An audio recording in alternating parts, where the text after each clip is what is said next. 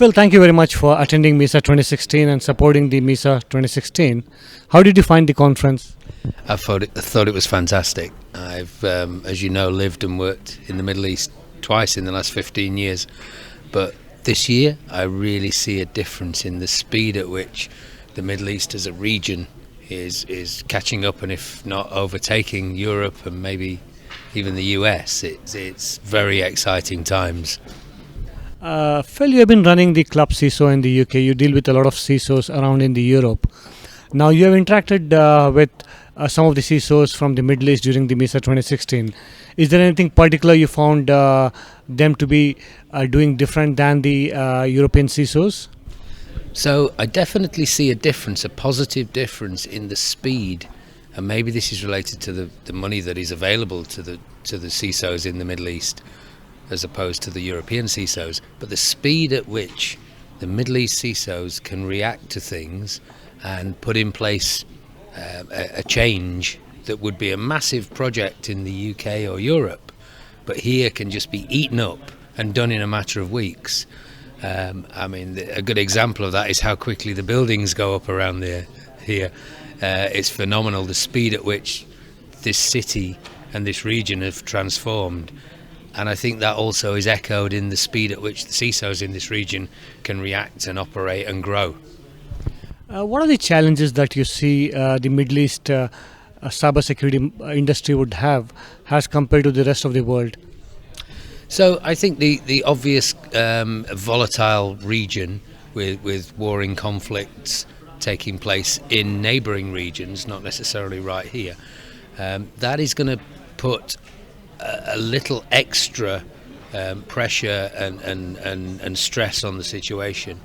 The CISOs here have the traditional cybersecurity attacks and monetary issues and financial and fraud type examples to deal with, but now they also have, more recently, the conflict around the areas, the Middle Eastern conflict, and the battle for oil. All of that has an impact and could affect cyber, or in fact cyber could affect that.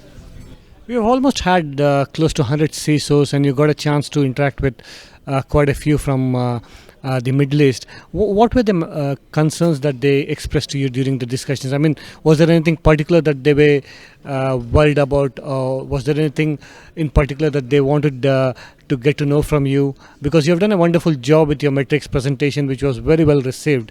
And I happened to speak to a couple of CISO Council members, and they all were looking for getting a copy of that particular metrics. So coming back to the points that they were discussing with you, was there anything particular in a particular point that they were expressing concern over? So it wasn't so much concern. First of all, I have to say I'm very excited at the fact that I now have 20 or 30 CISOs that want to get the metrics and get involved. And that's the second point. They want to get involved. They don't just want a copy of them. Several of them, including one of the major utilities here, said, we've started down this road and this is perfectly timed. We've already started an initiative to measure how effective we are, and we need to do that. We know we need to do that, and the work you've already started gives us a good sounding board to see if our ideas were accurate and on track, or if they were a little wayward, and so we want to compare where we are to where the work you've done in Europe is. So I have so many contributors now that I need to get back and get on email and start sending out copies of the metrics, and I know more than in the UK and in Europe that these individuals will respond back to me and say, I tried that and here's the output I got from it, because they want to see that interaction. They want to test their thinking. And in the UK, because we've worked on this for 14 months, we're a little weary now. And so if I ask the same of 20 UK CISOs, they'll say, yeah, okay, I've done this a couple of times for you. Okay, I'll get you some feedback. I'll try what you said and I'll let you know. But I know that the new CISOs from the Middle East will be very enthusiastic. We needed some new blood, and now we have it.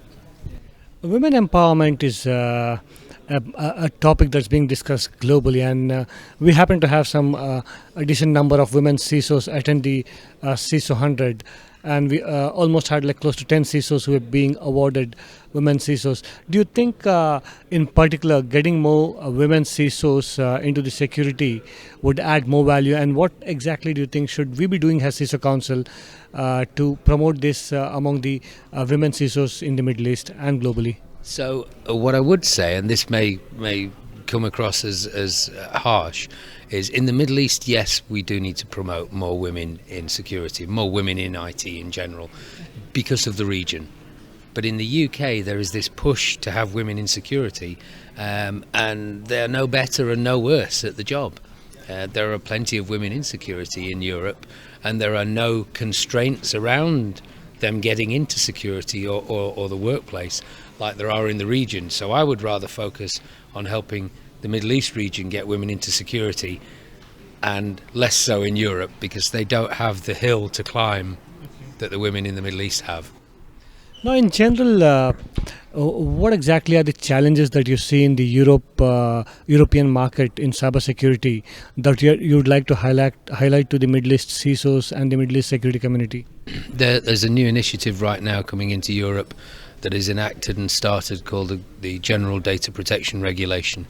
It replaces the Data Protection Act across 28 implementations that it has been deployed right now, and it brings some parity. But what comes with it is mandatory breach disclosure, a very large fine of up to 4% of your annual turnover, some real onerous reporting and tests and governance needs to be in place. And I think in Europe, and we've done a survey and we've found 3/4 of businesses haven't considered what GDPR means to them yet. And the clock's ticking. They've only got less than 2 years to have all this in place. So I think they're going to have a big wake-up call. They're going to realise there's a mountain of work to do with regard to this. It's a regulation. It's not a directive that becomes law in the individual countries. It's a regulation from day one. It's law from day one. So we're not very well prepared in Europe for the GDPR. Phil, thank you very much for attending MESA and supporting MESA 2016. Hope to see you back in MESA 2017. Pleasure. I hope you invite me back next year. Thank you very much.